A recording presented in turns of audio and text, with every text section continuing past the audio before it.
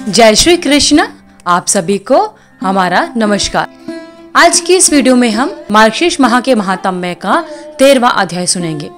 श्री भगवान कहने लगे कि हे पुत्र सुनो, मैं जागरण का स्वरूप बताता हूँ। जानने मात्र से मैं कलयुग में सदैव सुलभ हो जाता हूँ।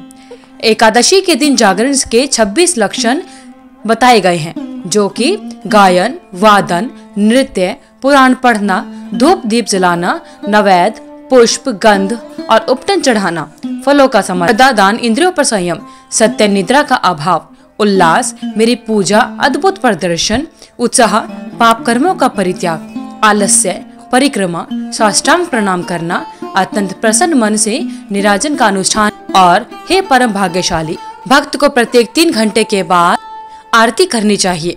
जो मनुष्य इन 26 लक्षणों के सहित भक्ति पूर्वक जागरण अनुष्ठान करता है, उसका पृथ्वी पर पुनर्जन्म नहीं होता।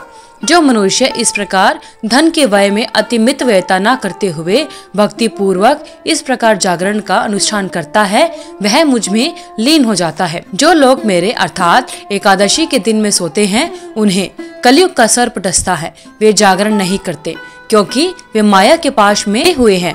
जो लोग कलयुग में जागरण के बिना एकादशी व्रत करते हैं, वे नष्ट हो जाते हैं। इसमें कोई संदेह नहीं है, क्योंकि जीवन क्षणभंगुर है। जो पापी मेरा जागरण नहीं करते, उन्होंने मेरी छाती पर पैर रख दिया है और मेरी दोनों आंखें छीन ली है। यदि कोई व्याख्याता ना हो तो भक्त को संगीत और नृत्य का कार्यक्रम अवश्य करना चाहिए। हे देवराज, यदि कोई व्याख्याता हो तो उसे आरंभ में पुराण पढ़ना चाहिए। हे पुत्र, यदि मेरा जागरण किया जाए तो भक्त को 1000 अश्वमेध यज्ञ तथा 100 वाजपेयी यज्ञ का करोड़ गुना फल प्राप्त होता है। हे सम्मानदाता, यदि मेरा जागरण किया जाता है तो भक्त अपने पिता, माता और पत्नी के परिवारों में पीढ़ियों का उद्धार करता है। यदि जागरण आरंभ वाले व्रत वाले दिन कोई बाधा उत्पन्न होगी तो मैं उस स्थान को श्राप दे दूंगा और उसे छोड़कर चला जाऊंगा। यदि लोग मुझसे संबंधित दिन पर जागरण करते हैं जो किसी अन्य तिथि के रहित दिन है, तो मैं उनके बीच प्रसन्नता पूर्वक नृत्य करता हूँ। भक्त जितने दिन मेरे समक्ष जागरण करता है, वह उतने ही दिन 10,000 युगों तक मेरे धाम में रहता है।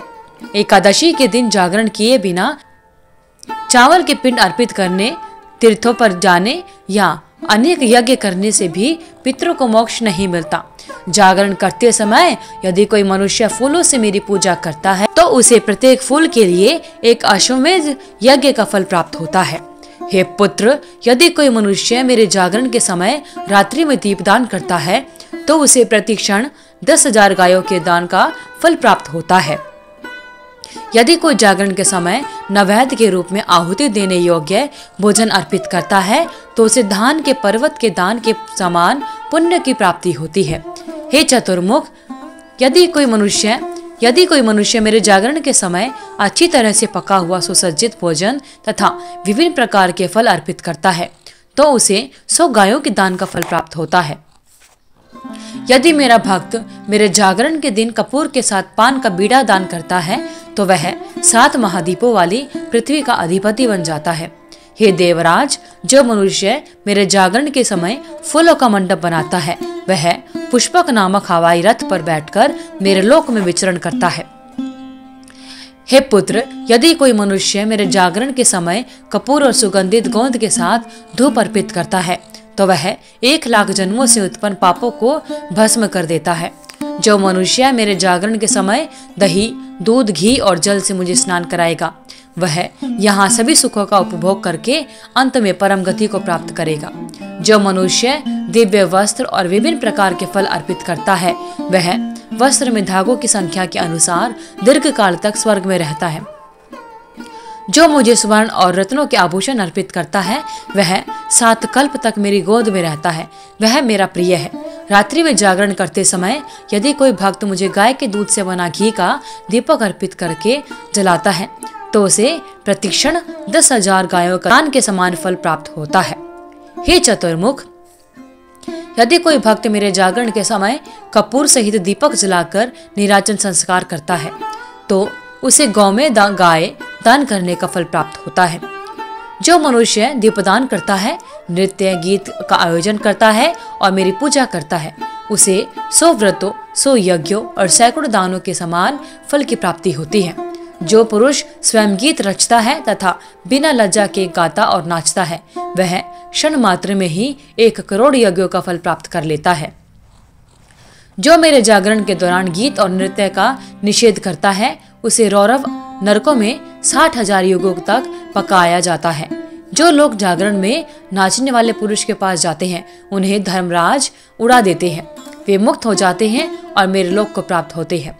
जो व्यक्ति जागरण के समय नाचने वाले व्यक्ति का उपहास करता है, वह नरक में गिरता है और वहाँ 14 इंद्रों तक वास करता है।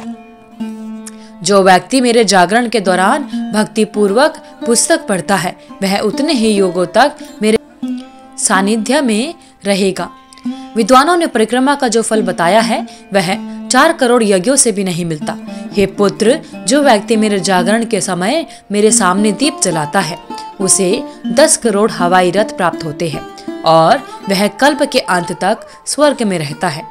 जो मनुष्य मेरे जागरण के समय मेरी बाल्यावस्था की कथाओं को पढ़ता है, वह हजारों युगों तक श्वेत द्वीप में निवास करता है। इसलिए जागरण शुक्ल पक्ष और कृष्ण पक्ष दोनों में किया जाना चाहिए। जो रात्रि में पवित्र जागरण के दौरान भगवत गीता या 1000 नाम अर्थात विष्णु सहस्त्र नाम पढ़ता है, उसे वेदों और पुराणों में वर्णित लाभ प्राप्त होगा। हे मेरे पुत्र, जो मनुष्य मेरे जागरण के समय 1 गाय का दान करता है, उसे समस्त पृथ्वी का फल प्राप्त होता है, इसमें कोई संदेह नहीं है।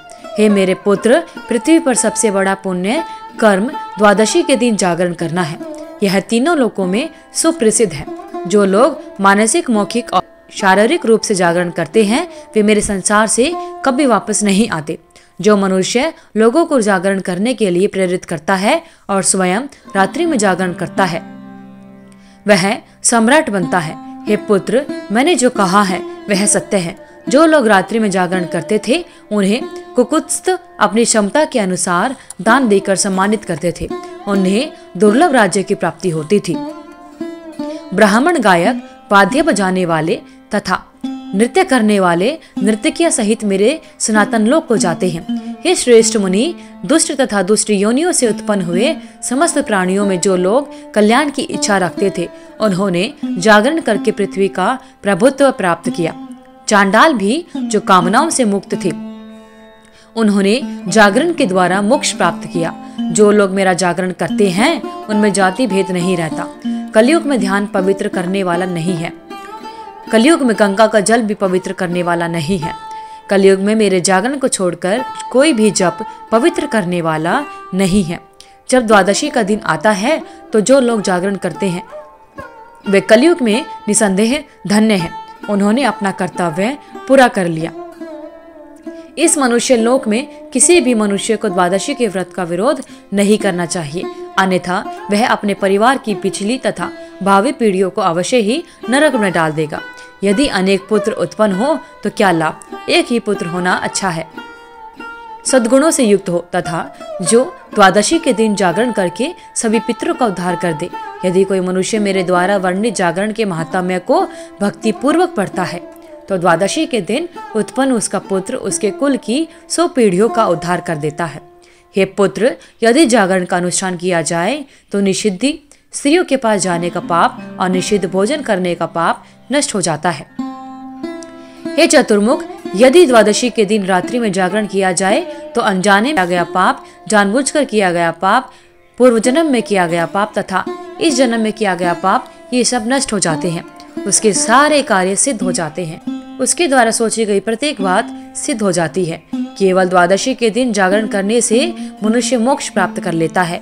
द्वादशी से जो लाभ प्राप्त होता है, वह कलयुग में कुरुक्षेत्र या प्रयाग में रहने वाले लोगों को नहीं मिलता। जो लोग वहां रहते हैं, उन्हें यह महानता प्राप्त नहीं होती। हे पुत्र, न तो हजारों अश्वमेध यज्ञों से और न ही 1 करोड़ तीर्थों से स्नान करने से वह फल प्राप्त होता है। वह फल तो द्वादशी के दिन जागरण करने से मिलता है। जो व्यक्ति द्वादशी महात्म्य को पढ़ता या सुनता है, वह शाश्वत स्थान को प्राप्त करता है। वह सभी पापों से मुक्त और शुद्ध हो जाता है।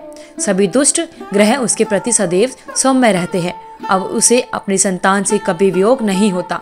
इसका कारण द्वादशी है। जो मनुष्य सदैव मेरी महिमा में रुचि रखता है उसे कभी कोई दुर्घटना नहीं होती। युद्ध में तथा राज परिवार में वह सदैव विजयी होता है। उसका मन सदैव पुण्य की ओर उन्मुख रहता है। उसकी भक्ति अशुद्धियों से रहित होगी। द्वादशी की भक्ति के फलस्वरूप उस मनुष्य को कोई भी पाप नहीं छू सकेगा। जो व्यक्ति जागरण करता है वह कभी भूत नहीं बनता। जो एकादशी नहीं करता उसे परलोक में कभी अच्छी स्थिति प्राप्त नहीं होती। इसलिए कलयुग में हर संभव प्रयास करके उस दिन का पालन करना चाहिए। बोलिए भगवान श्री हरि विष्णु की जय। तो इस प्रकार भक्तजनों, मार्गशीर्ष मास के महात्म्य का 13वां अध्याय संपूर्ण होता है। कल की वीडियो में हम मार्गशीर्ष मास के महात्म्य का 14वां अध्याय सुनेंगे। अगर आपको हमारे द्वारा सुनाई जा रहा मार्गशीर्ष माह का महात्म्य अच्छा लग रहा है तो हमारे चैनल को सब्सक्राइब करें, बेल आइकन को प्रेस करें ताकि आगे आने वाली सभी वीडियोस की नोटिफिकेशन आप तक समय से पहुंचती रहे। कमेंट बॉक्स में जय श्री कृष्ण लिखना ना भूलें। आपका दिन मंगलमय हो।